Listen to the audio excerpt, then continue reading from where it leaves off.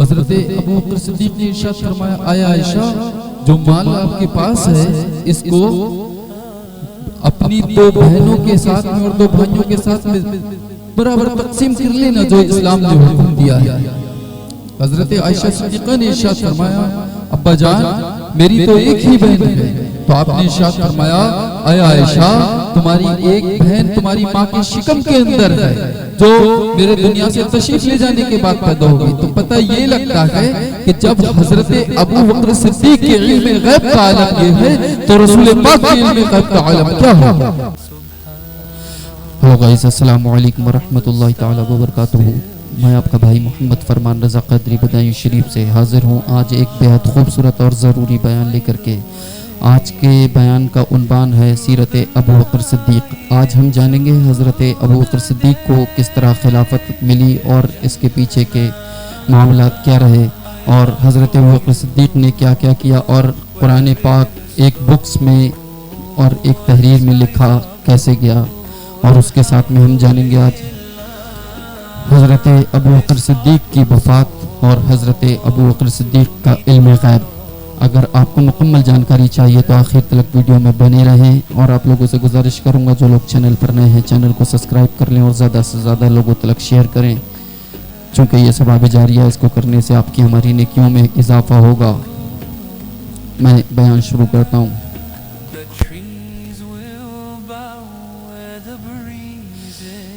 अल्हम्दुलिल्लाह अल्हम्दुलिल्लाह रब्बिल आलमीन वस्सलातु वस्सलामु अला सय्यिदिल मुरसलीन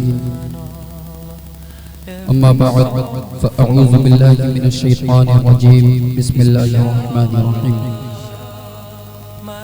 इल्ला तंसुरूहु फक़द नसरहुल्लाहु इज़ अख़ज़हुल लज़ीना कफ़रू सानी अस्नैनि इज़ हुमा फ़िल ग़ार इज़ यक़ूलु लिसाहिबिही ला तहज़नु इन्नल्लाहा मअना सदक़ल्लाहुल अज़ीम इन्नल्लाहा व मलाइकतहु युसल्लूना अलन नबी या अय्युहल्लज़ीना आमनू सल्लु अलैहि व सल्लिमू तस्लीमा। आइए हमारा सबसे पहले अपनी गुलामी का सबूत देते हुए आए नामदार दोनों आलम के मालिक व मुख्तार, हम गरीबों के गमगुसार हुजूर पुरनूर की बारगाह अक़दस में दरूद व सलाम का हदिया पेश करें। पढ़िए अल्लाहुम्मा सल्लि अला सय्यदना शफीना हबीबना नबियना मौलाना मुहम्मदिन व बारिक व सल्लिम अलैहि सल्लु अलैहि सलातु व सलाम अलैका हबीबी या रसूलुल्लाह सल्लल्लाहु तआला अलैहि व आलिहि वसल्लम। हज़रत मोहतरम, अल्लाह तबारक व तआला कुरान करीम फुरकानुल हमीद की सूरह तौबा आयत नंबर 40 रुकू नंबर 6 के अंदर इरशाद फरमाता है, तो तुम अगर महबूब का साथ न दो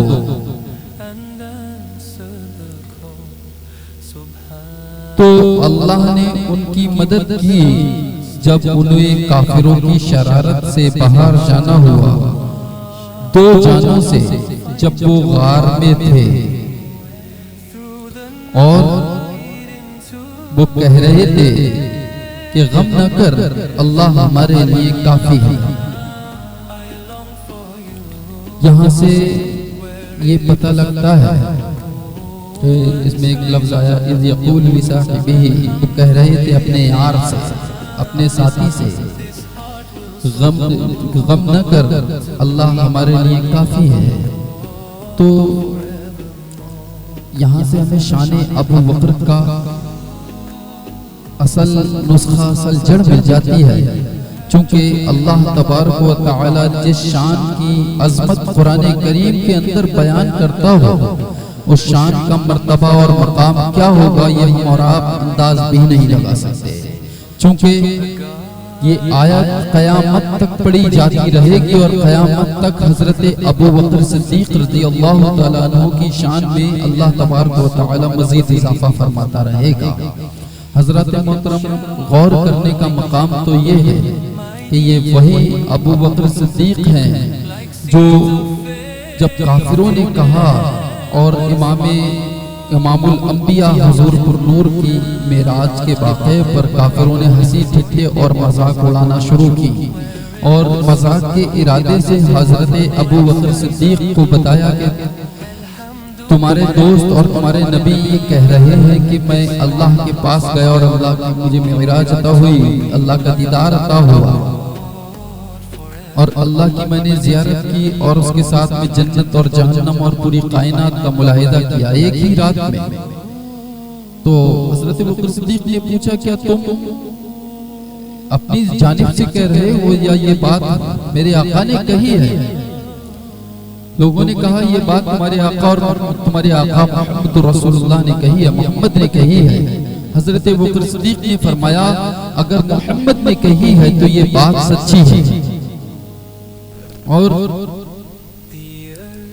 इसके अलावा शान अबू बकर की तरफ हम लोग पढ़ते हैं, जब हजरत अबू बकर सिद्दीक रज़ियल्लाहु तआला अन्हु मदीने से बाहर थे, उन दिनों हुज़ूर करीम सल्लल्लाहु अलैहि वसल्लम की तबीयत अलील होने लगी और ये बेदाया तबीयत आपकी खराब हो रही थी, दुनिया से तशरीफ ले जाने का वक्त करीब था। हजरत अबू बकर सिद्दीक तशरीफ लाए आपकी इयादत के लिए और आपसे मुलाकातें की, बहरहाल जो भी मुलाकातें की, उसके बाद में आपकी कंडीशन इस तरह हो गई कि आप मस्जिद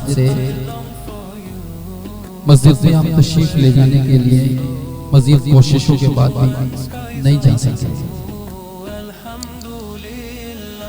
उस वक्त में हजरत अबू बकर सिद्दीक रज़ियल्लाहु तआला अन्हु के बारे में आका ने इरशाद फरमाया अपनी बीबी और हम मोमिनों की माँ हजरत आयशा सिद्दीक़ा रज़ियल्लाहु तआला अन्हा से कि ऐ आयशा, सिद्दीक से कहो कि वो नमाज पढ़ाएं। हजरत आयशा सिद्दीक़ा रज़ियल्लाहु तआला अन्हा ने कहा, या रसूल अल्लाह, मेरे वालिद का दिल बड़ा कमजोर है और आपकी जगह पर वो मुसल्ले पर जब खड़े होंगे और कुरान पाक पढ़ेंगे तो वो मजीद तकलीफ में होंगे और रोने लगेंगे, उनके आंसू बहने लगेंगे। इस वजह से वो कुरान पाक ज्यादा जोर से नहीं पढ़ पाएंगे और मुकम्मल सहाबा इकराम तक आवाज नहीं पहुंच पाएगी। उन्होंने ये वजह पेश की तो उसके बाद रसूल करीम सल्लल्लाहु अलैहि वसल्लम ने फिर कहा, क्या आयशा, सिद्दीक से कहो कि इनको नमाज पढ़ाएं। फिर आपने यही वजह पेश की। फिर तीसरी मर्तबा, गालिबन रिवायत में आता है 3 या 4 मर्तबा हुजूर करीम सल्लल्लाहु अलैहि वसल्लम ने गुजारिश की कि आयशा सिद्दीक से कहो कि वो नमाज पढ़ाएं। हजरत आयशा सिद्दीक़ा यही बार बार वजह पेश कर रही थी। हुजूर करीम सल्लल्लाहु अलैहि वसल्लम को उस वक्त में थोड़ा सा आपके चेहरे पर और आपकी आवाज में गुस्सा जो है वो जाहिर हुआ। गुस्सा नहीं कहूँगा मैं, इसे नाराजगी जाहिर हुई और आपने इरशाद फरमाया, तुम मिस्र वाली औरतों की तरह क्यों कर रही हो? उस आयशा से नाराजगी आपको होने लगी इस बात पर जो आयशा हुजूर की चहेती बीबी है और जिनके बिस्तर पर आप तशरीफ फरमा हुआ करते थे, उस वक्त में कुरान करीम नाजिल हुआ करता था। और वो आयशा जिसकी पाकी का बयान, जिसकी तहारती का बयान और जिसकी मोहब्बत का बयान कुरान पाक खुद दे रहा है, उनसे भी नाराजगी का आपको नाराजगी जो है आपके चेहरे पर जाहिर होने लगी। और उसके बाद में हजरत अबू बकर सिद्दीक ने आपकी वफात से पहले, आपकी विसाले ज़ाहिरी से पहले करीबन 17 नमाजें आपने पढ़ाई। उसके बाद हुजूर करीम सल्लल्लाहु अलैहि वसल्लम का विसाले ज़ाहिरी हो जाता है और जब आपका विसाल हुआ तो मदीने के अंदर का जो मंजर था वो इंशाअल्लाह मैं किसी और बयान में इंशाअल्लाह मुकम्मल बताऊंगा। अभी तो इतना बता रहा हूँ कि हजरत उमर जैसी शख्सियत भी उस वक्त में होश खो चुके थे और आपने अपनी तलवार को मैदान से बाहर कर लिया था और आप कह रहे थे मस्जिद नबवी में खड़े होकर के, जिसने कहा कि हुजूर इंतकाल कर गए, मैं उसके सर को तन से जुदा कर दूंगा। मेरे आका तो हजरत मूसा अलैहिस्सलाम की तरह, जैसे हजरत मूसा कोहे तूर पर अल्लाह से मुलाकात करने के लिए जाया करते थे, उस तरह मेरे रसूल अपने रब से मुलाकात करने के लिए गए। इस कदर आपका होश जो है वो खराब हो चुका था। उस वक्त में हज़रत अबू बकर सिद्दीक़ नबी करीम सल्लल्लाहु अलैहि वसल्लम के चेहरे की ज़ियारत करके आए बाहर, और आने के बाद आप मिंबर पर खड़े होकर के इरशाद फरमाते हैं, क्या ही लोगों, जो लोग हुजूर करीम की इबादत किया करते थे वो लोग जान लें कि हुजूर दुनिया से इंतकाल फरमा चुके हैं, और जो लोग अल्लाह की इबादत किया करते थे वो लोग जान लें कि अल्लाह हमेशा से हमेशा तक के लिए है, वो हमेशा था और हमेशा है और हमेशा रहेगा। और उसके बाद में आपने सूरह आल इमरान की आयत नंबर 144 इरशाद फरमाई और कहा, है लोगों, जब कोई अंबिया दुनिया से तशरीफ ले जाएं या शहीद कर दिए जाएं तो क्या तुम उनकी पैरवी, उनकी शरीयत को छोड़ दोगे? और जो छोड़ दे शरीयत को बेशक वो जालिमों में से, गुनाहगारों में से हैं। इस तरह से आपने इरशाद फरमाया। बहरहाल उसके बाद में हज़रत उमर रज़ियल्लाहु ताला अन्हु ज़मीन पर बैठ गए और अपनी तलवार को ज़मीन पर डाल दिया। और उधर जो है अंसारी जो सहाबा थे, जो मदीने के प्रॉपर रहने वाले थे, उन्होंने सकीफा बनी साइदा एक मकाम है, एक चबूतरा है, वहां पर मीटिंग तैयार की। जिस मीटिंग के अंदर ये प्लानिंग चल रहा था कि एक अमीर अंसार की तरफ से हो और दूसरा अमीर जो है मुहाजिरीन की तरफ से हो। ये प्लानिंग आप लोग अंसार के बीच में चल रहा था। इसकी खबर हज़रत उमर रज़ियल्लाहु ताला अन्हु को लग गई। हज़रत उमर ने हज़रत अबू बकर सिद्दीक़ और अबू उबैदा बिन ज़र्रा रज़ियल्लाहु ताला अन्हु को अपने साथ लेकर के उसी मकाम सकीफा बनी साइदा पर पहुंच जाते हैं। पहुंचने के बाद आप देखते क्या है कि वहाँ पर ही मीटिंग चल रही है। उस वक्त में आप हज़रत अबू बकर सिद्दीक़ ने हुज़ूर करीम की हदीस में इरशाद फरमाई कि सरदारी और इमामत और खिलाफत जो है कुरैश के लोगों में से किसी की रहनी चाहिए। हुजूर करीम सल्लल्लाहु अलैहि वसल्लम ने इरशाद फरमाया और मेरा ये कहना है कि ये अबू बकर बिन ज़र्रा, जिनसे अमीनुल उम्मत कहा गया है, उम्मत का अमानतदार, और दूसरे हज़रत उमर रज़ियल्लाहु ताला अन्हु, इनमें से किसी के हाथ पर हम सबको बैत कर लेनी चाहिए। तो जब ये बात हज़रत उमर रज़ियल्लाहु ताला अन्हु ने सुनी तो आपने कहा, जहाँ पर सिद्दीक़ मौजूद हो, जहाँ यार गार मौजूद हो, वहाँ उमर की ज़रूरत कहाँ कि वो हुकूमत करे। यहाँ हुकूमत का असल हकदार हज़रत अबू बकर सिद्दीक़ को ही होना चाहिए, क्योंकि रसूलुल्लाह सल्लल्लाहु अलैहि वसल्लम ने अपनी ज़ाहिरी ज़िंदगी में भी आपको ही मुसल्ला इमामत पर खड़ा किया गया। सारे लोगों की समझ में ये बात आई और आने के बाद में बैत खास वहाँ पर हुई। जितने लोग मौजूद थे वहाँ सारे लोगों ने हज़रत अबू बकर सिद्दीक़ के हाथ पर बैत कर ली। उसके बाद में हुजूर करीम सल्लल्लाहु अलैहि वसल्लम को दफन वगैरह करवा के आपका मज़ार पाक दफन के आपको कब्र शरीफ में उतार दिया गया। उसके बाद में दूसरे दिन को मस्जिद नबवी के अंदर सारे लोग, सहाबा इकराम जितने भी थे, ज़्यादातर वहाँ जमा होते हैं। और जमा होने के बाद हज़रत उमर इरशाद फरमाते हैं, अबू बकर सिद्दीक़ रज़ियल्लाहु ताला अन्हु की शान बयान करते हैं। और शान बयान करने के बाद में कहते हैं कि ऐ लोगों, ये वो शख्सियत है जो हुजूर करीम सल्लल्लाहु अलैहि वसल्लम का जिस कुरान की आयत में जिन दो लोगों का जिक्र है, उनमें से एक शख्सियत हज़रत अबू बकर सिद्दीक़ है। ये जब बात बताते हैं उसके बाद में हज़रत अबू बकर सिद्दीक़ रज़ियल्लाहु ताला अन्हु को खड़ा किया जाता। आप खड़े होते मिंबर पर और आप खुतबा पहला इरशाद फरमाते हैं, अल्लाह की हम्द व सना बयान करते हैं। और उसके बाद में कहते हैं, क्या ये लोगों, मैं तुम्हारी तरफ से खलीफा चुना गया हूँ, लेकिन मैं तुम में सबसे बेहतर नहीं हूँ। ये आपकी आजिज़ी थी। जबकि वहाँ कोई ऐसी शख्सियत नहीं थी जिसके बारे में कुरान ने खुद कहा हो कि दो में से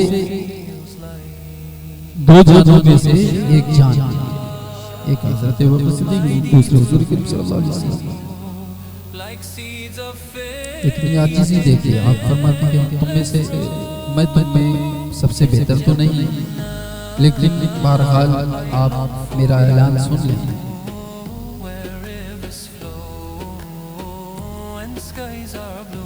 अगर कोई शख्स किसी का माल दबाया हुआ बैठा है तो वो उस वक्त तलक मुझसे रहमत की उम्मीद ना करे जब तक कि वो उस शख्स का माल वापस ना कर दे।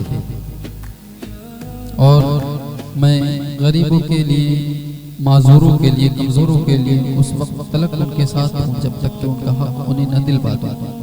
और एक बड़ा प्यारा जुमला आपने इरशाद फरमाया, कहा ऐ लोगों, जब तलक मैं अल्लाह और उसके रसूल की इताअत करूं उस वक्त तलक आप मेरी पैरवी करना, और अगर मैं अल्लाह और उसके रसूल की इताअत से फिर जाऊं तो आप मेरी पैरवी छोड़ देना।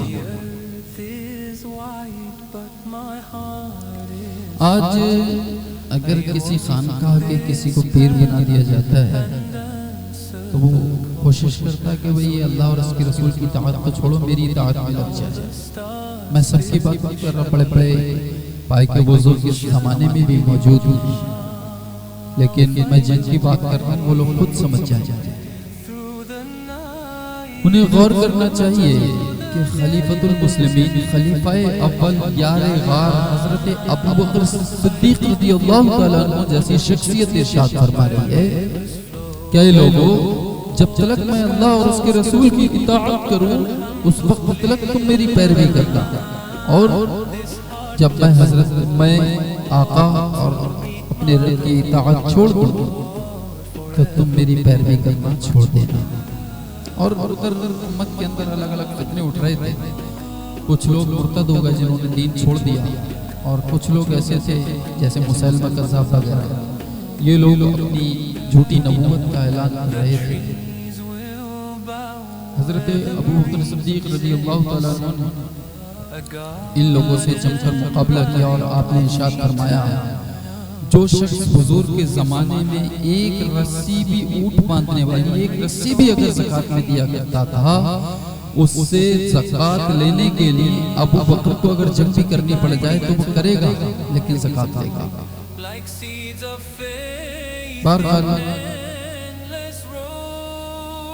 ये जो मुसैलमा कज़्ज़ाब शख्स था, इसने अपनी झूठी नबूवत का ऐलान करके काफी लोगों को गुमराह कर दिया। हज़रत अबू बकर सिद्दीक रज़ियल्लाहु तआला अन्हु ने एक जंग का ऐलान किया, जंग की तैयारी की, जिसमें लगभग 700 हुफ़ाज़े किराम, हाफ़िज़े कुरान जो है शहीद हो गए। जब 700 शहीद हो जाते हैं उसके बाद में हज़रत उमर रज़ियल्लाहु तआला अन्हु ने हज़रत अबू बकर सिद्दीक को मशवरा दिया, क्या अबू बकर 700 यहाँ पर हाफ़िज़े कुरान शहीद हो गए और मज़ीद जंगें होती रहेंगी इस्लाम की, और लोग शहीद हो जाएंगे। अगर सारे हाफ़िज़े कुरान शहीद हो गए तो मुमकिन है कि आगे आने वाली उम्मत तक कुरान पाक ना पहुँच सके, या पहुँचे तो अधूरे अल्फाजों में पहुँचे। इसके लिए बेहतर रहेगा कि आप इस कुरान पाक को मुकम्मल तौर पर लिखवा दें। हज़रत अबू बकर सिद्दीक ने कहा कि हुजूर के दौर में तो ये लिखा नहीं है, हुजूर नहीं लिख पाया, फिर मैं भला क्यों लिख पाता। हज़रत उमर रज़ियल्लाहु तआला अन्हु ने इरशाद फरमाया कि वो वही आने का सिलसिला जारी था उस वक्त में, और अब वही मुकम्मल हो चुकी है। और ये कोई गलत तो नहीं कि अगर कुरान लिखवा दिया जाए तो कोई गलत तो नहीं, बल्कि इसके जरिए से उम्मत तक सही अल्फाजों में मुकम्मल कुरान पाक पहुँच सकेगा। हज़रत अबू बकर सिद्दीक के दिल में अल्लाह ने ये बात उतारी। हज़रत अबू बकर सिद्दीक उनकी बात मान गए, और मानने के बाद हज़रत ज़ैद बिन साबित रज़ियल्लाहु तआला अन्हु को हुक्म देते कि आप कुरान पाक लिखो। ये कातिब वही भी थे, हुजूर के ज़माने में ये कुरान पाक लिखा करते थे। तो उस वक्त में मदीना शरीफ के अंदर ऐलान हो गया कि जिस शख्स के पास में कुरान की जो आयतें मौजूद हैं वो लेकर के आ जाए, और ऐसा ही नहीं कि कोई भी लेकर के आए तो लिख दी जाए, बल्कि उसके साथ में दो गवाहों की जरूरत हुआ करती थी। दो गवाहों के साथ में अगर वो बताता था और जो हाफिज कुरान उस वक्त मौजूद थे वो जब सुना करते थे और बता दिया करते थे हाँ ये ठीक सही फरमा रहा, ये आयत नाजिल हुई है, तो उस आयत को लिखवा लिया जाता था।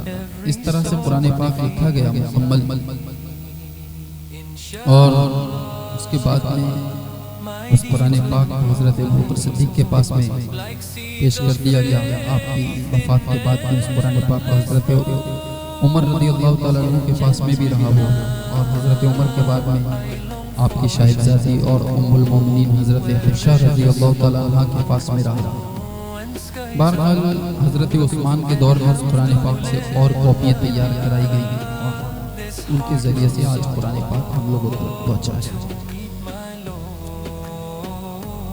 और आपकी वफ़ात का वाक़या इस तरह है, 7 जुमादिल आखिर को आपकी तबीयत ख़राब हो जाती है, ठीक 2 साल 2 महीने के बाद में।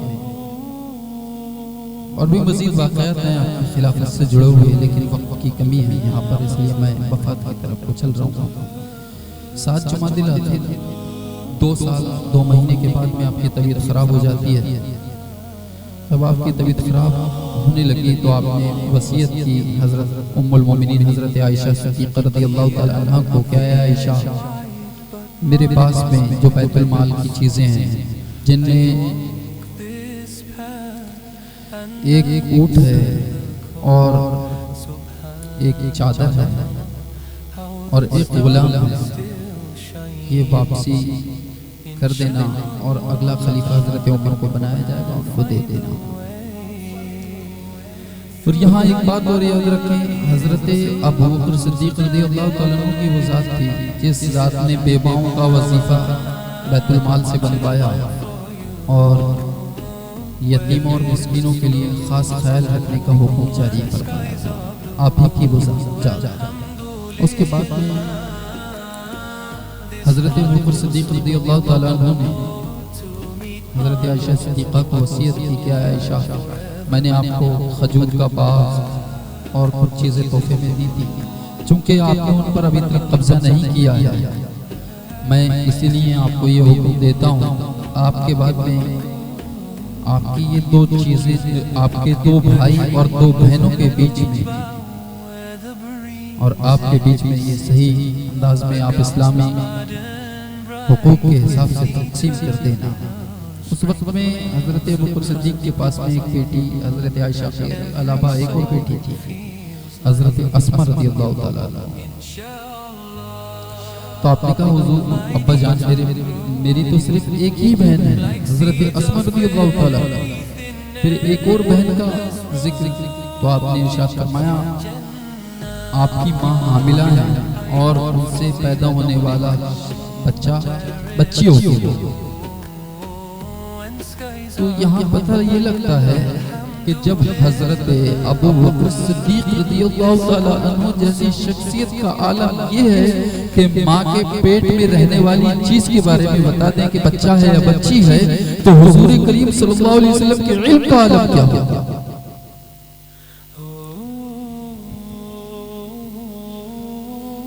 बहरहाल उनकी जो बेटी थी दूसरी वाली, जिनका नाम हज़रत उम्मे कुलसूम रखा गया, बेटी पैदा हुई थी और आपके 2 बेटे थे उस वक्त में मौजूद, जो कि 3 थे वैसे आपके बेटे, एक शहीद हो गए थे, हज़रत अब्दुल्ला बिन अबू बकर रज़ियल्लाहु ताला अन्हु शहीद हो गए थे और हज़रत अब्दुर्रहमान बिन अबू बकर रज़ियल्लाहु ताला अन्हु मौजूद थे और मोहम्मद बिन अबू बकर रज़ियल्लाहु ताला अन्हु मौजूद थे। ये तो आपके शाहज़ादे मौजूद थे उस वक्त में। और आपका दुनिया से 22 जुमादिल आखिर महीने की, जिसे हम लोगों के मुआशरे में ख्वाजा साहब का महीना भी बोलते हैं, 22 तारीख को आपका विसाले ज़ाहिरी दुनिया फ़ानी से हो जाता है। पीर गिरते 63 साल की उम्र में। बहरहाल आपकी ज़िंदगी का मकसद हमेशा यही था कि जिसका जो हक है वो उस तक पहुँचना चाहिए, और आपने उन फितनों का खात्मा किया है। अगर वो पनप जाते उस दौर में तो आज सही और गलत का फैसला करना बड़ा मुश्किल तरीन अमल हो जाता।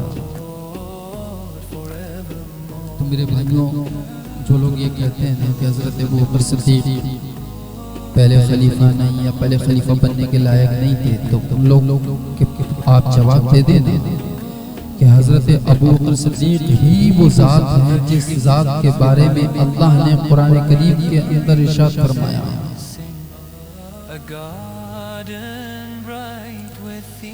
दो में से दूसरा, और हज़रत अबू बकर सिद्दीक ही वो ज़ात है जो रसूल करीम सल्लल्लाहु अलैहि वसल्लम ने अपनी ज़ाहिरी ज़िंदगी में हम लोगों को इशारा दे दिया था कि अबू बकर से कहो कि वो नमाज पढ़ाएं। इसीलिए असल हकदार हज़रत अबू बकर सिद्दीक ही थे। और उसके बाद में जो खिलाफतें रहेंगी इंशाअल्लाह मैं और मज़ीद आपको वक्तन फ़वक्तन बताता रहूँगा। आज के लिए इतना ही। आखिर में मैं यही कहूँगा कि दुनिया में जो जिए हैं खुदा की रज़ा के साथ जन्नत में जा रहे हैं रसूल खुदा के साथ। अबू बकर और उमर की मोहब्बत तो देखिए हैं आज भी मज़ार में खैरुल वरा के साथ। मौला मेरे बोलने में बताने में कोई भी गलतियाँ खामियाँ हुई हों और कुरान पाक क्या है पढ़ने में कोई गलती खामी हुई हो, ने अपनी रहमतों से माफ़ अता फरमा और हमें अक़ल सलीम अता फरमा। मौला हम सबको हिदायत अता फरमा। हज़रत अबू बकर सिद्दीक़ से सच्ची मोहब्बत अता फरमा। मौला करीम हम सब का खात्मा ईमान पर बिल खैर फरमा। अस्तग़फिरुल्लाह रब्बी मिन कुल्ली ज़ंबिन व अतूबु इलैहि व आखिरु दावाना अनिल हम्दुलिल्लाहि रब्बिल आलमीन। अस्सलामु अलैकुम। But my heart is small. I walk this path and answer the call. Subhanallah, how the stars still shine. Inshallah, I'll find the way through the night into the day.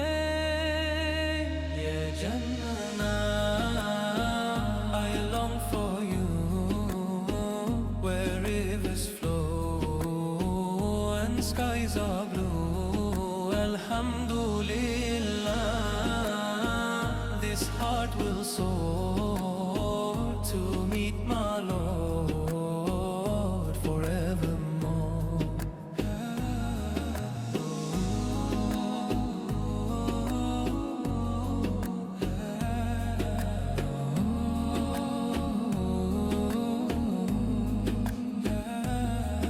The trees will bow where the breezes sing.